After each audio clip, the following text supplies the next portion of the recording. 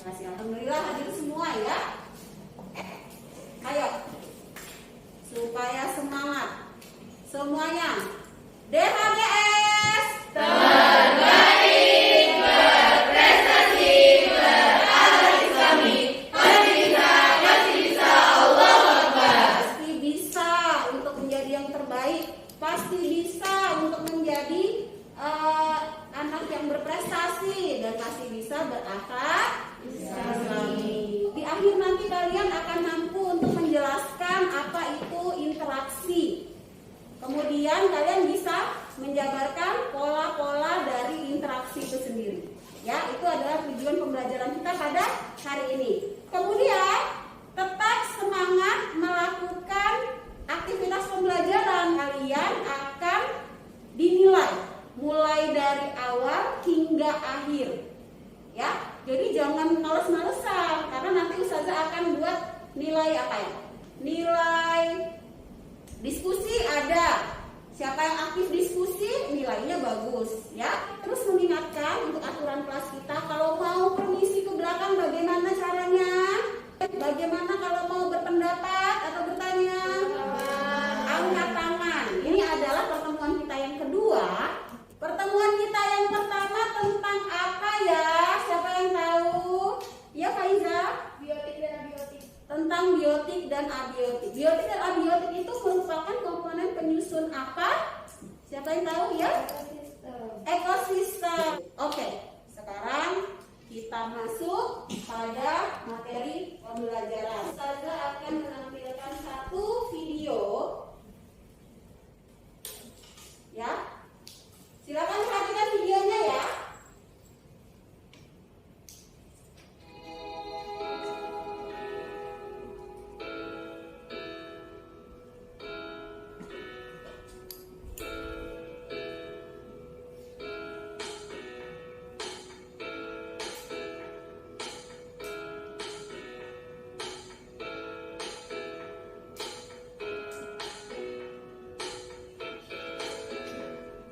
Apa yang kalian rasakan ketika menonton video tadi?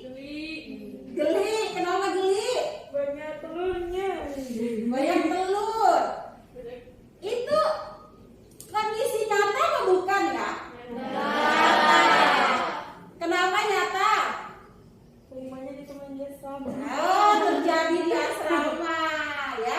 Oke, sekarang apa sih yang bisa kalian cari permasalahan di dalam video tadi itu? Bagaimana cara kutu itu berkembang biak? Lebih lanjut, ustazah akan memberikan masalah serupa tapi tak sama. Nanti setiap kelompok, ini sudah di kelompoknya masing-masing, ustazah akan bagikan satu LKPD dengan satu masalah yang berbeda di 3 kelompoknya. Ya, nanti silahkan kalian kerjakan, diskusi, dan hasilnya kalian boleh tekan ya. Ya, kalian buat hasil diskusinya di dalam aplikasi Canva. Kelompok 1. Ini kelompok 1, kemudian kelompok 3, kelompok 2 tentang antibiotik. Kita mulai waktu diskusinya dari sekarang. Karena dijelaskan, kalian menjawab dulu dia pentingnya apa dari pertanyaan ini kan. Nanti di Canva itu kalian buat judul dulu, halaman pertama, kemudian apa pentingnya ikan badai dalam ekosistem. Nah itu nanti kan akhirnya menceritakan kan tentang posisi dia di dalam ekosistem. Data tersebut bagaimana interaksi yang terjadi antara bakteri penyakit dengan antibiotik. Interaksi yang terjadi antara bakteri penyakit dan dengan antibiotik. Tadi sudah bisa coba.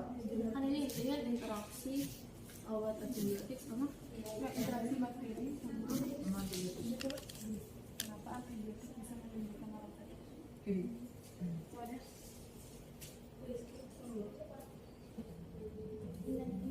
Spesiesnya sama. Akan dengan tidak satu contoh interspesies.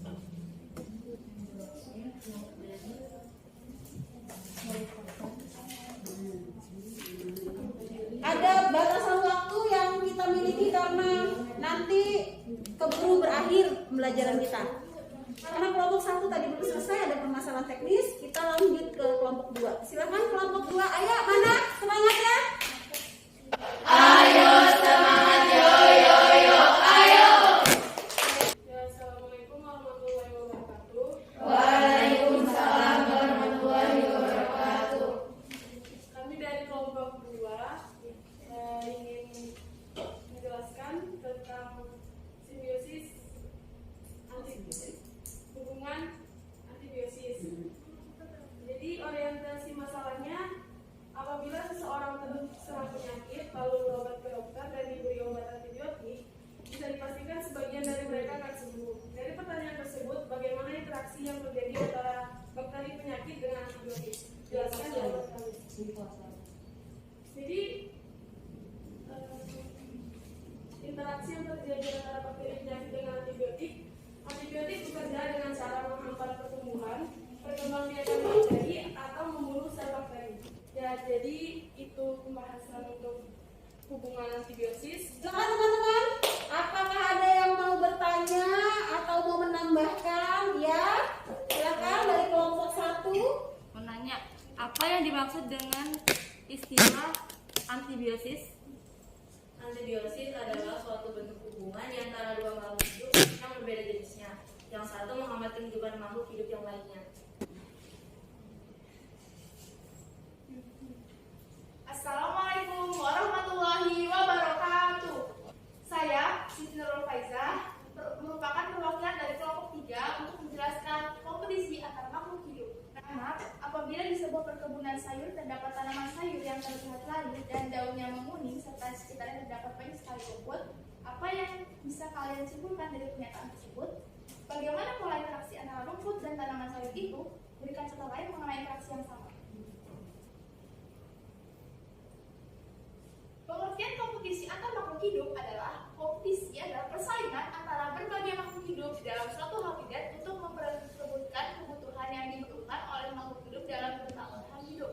Kebutuhan ini dapat berupa ruang atau tempat tinggal, makanan, pelihara, air, dan lainnya.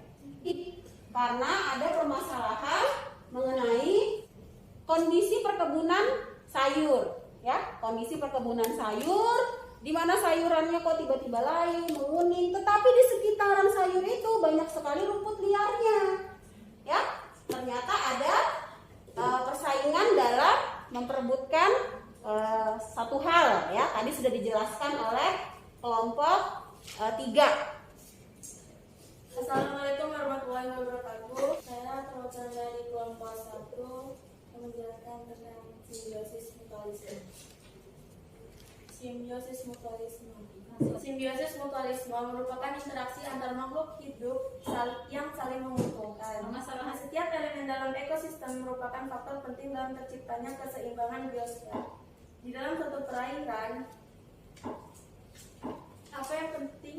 apa pentingnya ikan badu dalam ekosistemnya? Kurang lebihnya mohon maaf. Assalamualaikum warahmatullahi wabarakatuh. Siapa yang menyimak penjelasan temannya? Untungnya buat anemonen laut apa? Ya, Aiza? Anemonen laut tersebut dibersihkan, jadi dia lebih bagus. Dibersihkan dari apa? Dari kotoran yang menempel. Hebat, ya. Apa untungnya buat ikan badut? Ikan badut dapat tempat tinggal dan terlindungi dari pemangsa. Nah, luar biasa, ya. Artinya begini, ketika kalian bisa menyebutkan, oh dia mutualisme, Ustazah, oh dia kompetisi, itu harus tahu, bukan cuma sekedar menyebutkan saja.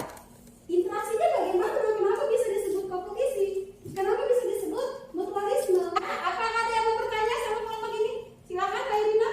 Contoh organisme lain yang mengalami simbiosis mutualisme: Adakah simbiosis lain, interaksi lainnya? kupu-kupu dan Kupu-kupu dan bunga. Terima kasih teman-teman. Beri dia good job.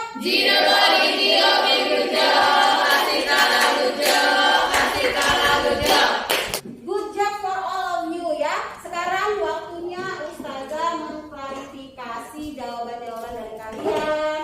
Tante balik ke video dulu ya. Video permasalahan yang ada.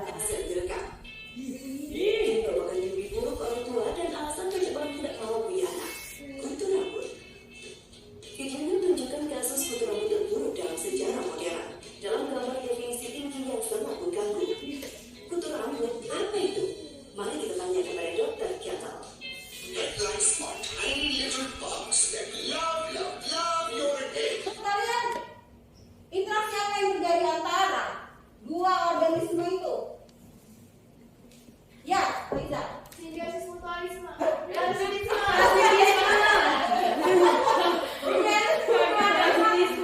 Siapa yang senang? Kepalanya ada fotonya. Gak ada ya? Simbiosis parasitisme. Artinya ada yang satu. Ya, oke. Perhatikan. Jadi ini pola interaksi antar makhluk dijelaskan ya. Pengertian interaksi dengan benar. Oke, apa saja pola-pola interaksi? Ada netralisme, kemudian ada kompetisi, ini tadi sudah dijelaskan oleh kelompok 3. Ada predasi, biosis, ini ada 3 ya, mutualisme, komensalisme, dan parasitisme. Dan ini yang tadi terakhir. Ada yang bisa menyimpulkan materi kita pada hari ini? Ya, silakan. Tentang kompetisi saja. Tentang kompetisi, ya, kompetisinya bagaimana? Kompetisi itu ternyata hubungan antara satu jenis hewan yang sama atau berbeda. Contohnya banyak harimau betina. Oke, ada persaingan ya antar makhluk hidup, baik dia sama spesiesnya atau berbeda. Untuk memperkuatnya, Ustazah akan tampilkan satu hasil penelitiannya, nah ya. Jelas ya? Ini adalah penelitian di negara Virginia tentang antibiotik. Ini adalah Phytophthorus betulinus. Ini jamur selain Penicillium notatum yang tadi disampaikan, yang tadi dipresentasikan oleh kelompok 2 ya. Ternyata kenapa bisa si jamur tadi mematikan bakteri? Itu kan hubungan antibiosis, ya kan? Kenapa? Ternyata dari artikel ini dijelaskan bahwa Phytophthorus ini jenis jamur ya, selain Penicillium notatum, dia memiliki kandungan minyak yang beracun bagi metazoa. Metazoa ini adalah salah satu jenis bakteri ya. Nah, minyak ini memiliki antimikroba yang melawan mikrobakteria. Interaksi itu semua ada alasannya. Ya, sama dengan mutualisme. Itu sebabnya kenapa supaya kita bisa saling menguntungkan, sesama manusia itu harus saling berbuat baik supaya ada simbiosis mutualisme. Mau nggak di dalam pertemanan kalian itu yang terjadi simbiosis parasitisme? Terakhir, sebelum kita akhiri, Ustazah minta refleksi satu orang, silakan maju ke depan yang berani. Faiza silakan.